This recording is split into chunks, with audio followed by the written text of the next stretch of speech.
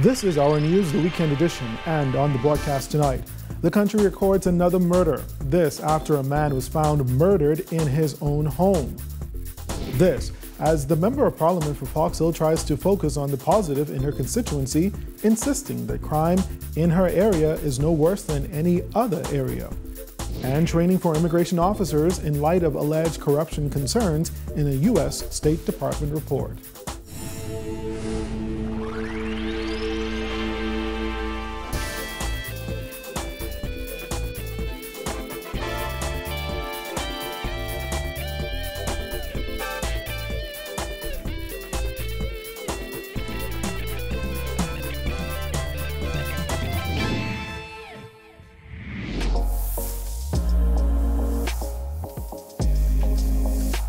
Our news is brought to you by Alive.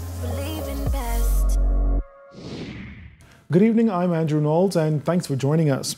A man was found shot to death inside his Abner Street home early this morning. Police say it was shortly before 5 this morning when they received reports of gunshots coming from a resident on Abner Street in Fox Hill.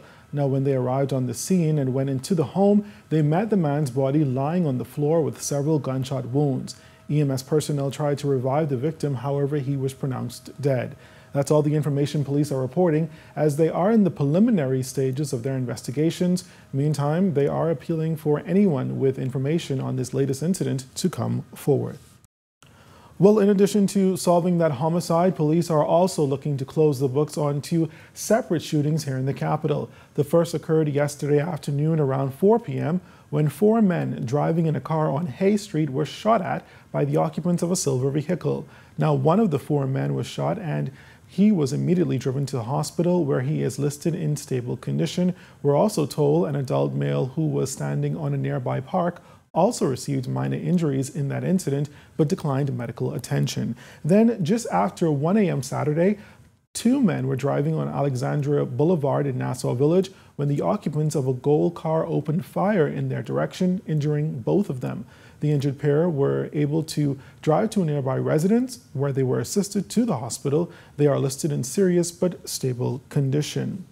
Well, crime in Fox Hill is no worse than any other area. That's the message that area MP Chanel Ferguson wants to get out to the public.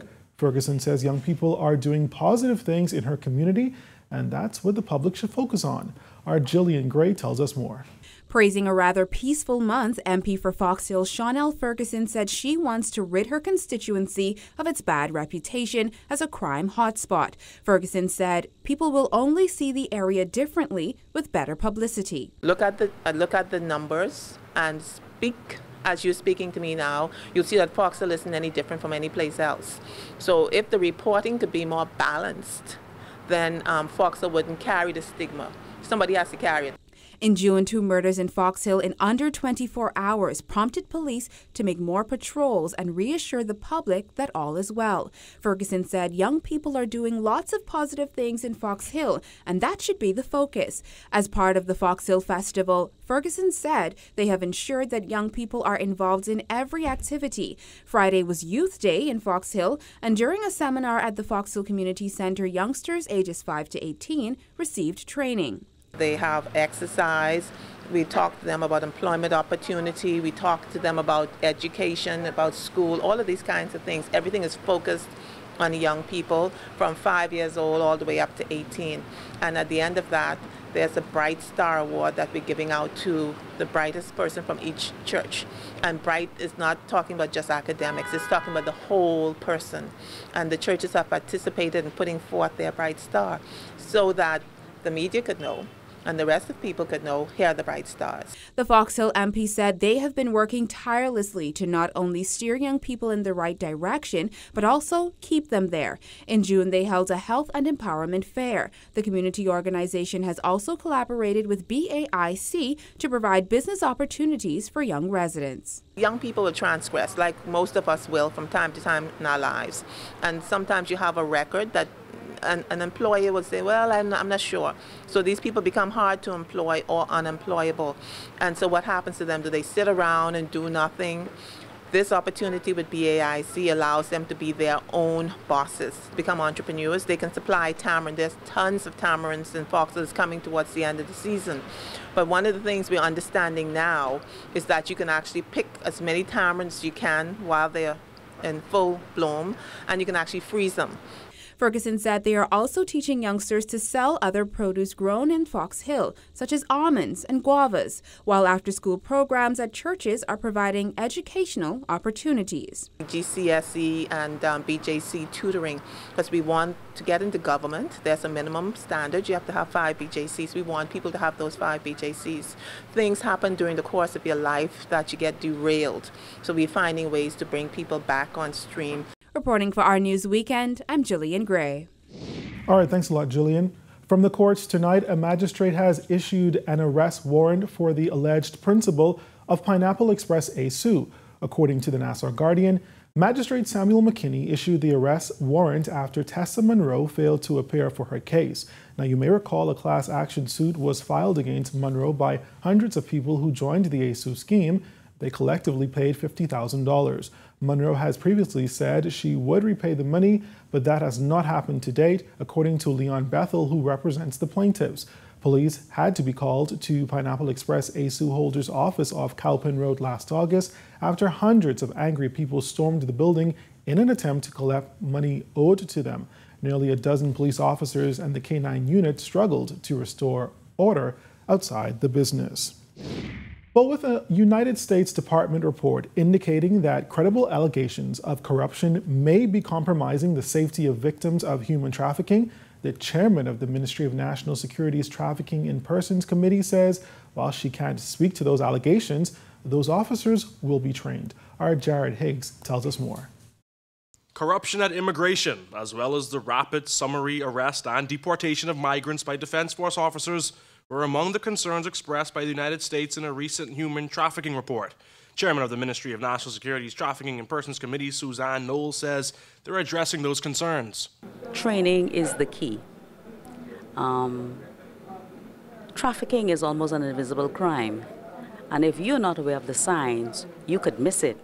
And persons may think you are in collusion with the trafficker. And it's simply because you're ignorant of the signs and ignorant of what this crime is.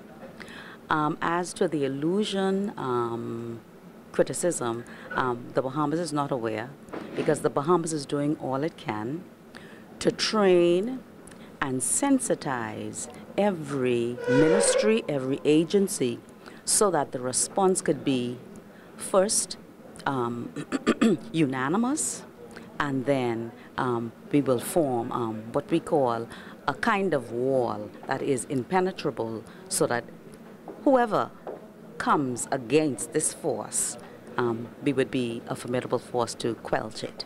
The Bahamas is considered a destination country for victims of human trafficking. Migrants, many coming from Haiti, often make a dangerous sea voyage, entrusting their lives to boat captains who reportedly charge large sums of money for the trip. Knowles also pointed out that sex workers also find themselves as victims, many coming into the country legally. When they enter the country, they sometimes enter with work permits that say otherwise. It is only after they would have arrived and have been there a while that the trafficker would then turn on them and make of them the exotic dancers, the prostitute. But that would not have been, in the majority of cases, that would not have been the reason why they would have come. That's how trafficking is. You're duped. You're threatened. You are coerced. And sometimes, because you're in a foreign land, you don't know the lay of the land, you don't have many contacts, so you are a victim until you can do better. Knowles described some of the signs you can use to identify a trafficking victim, although she admitted that a sign isn't a conclusion. There are some telltale signs, but victims look just like you and I. And so that's why it's so difficult.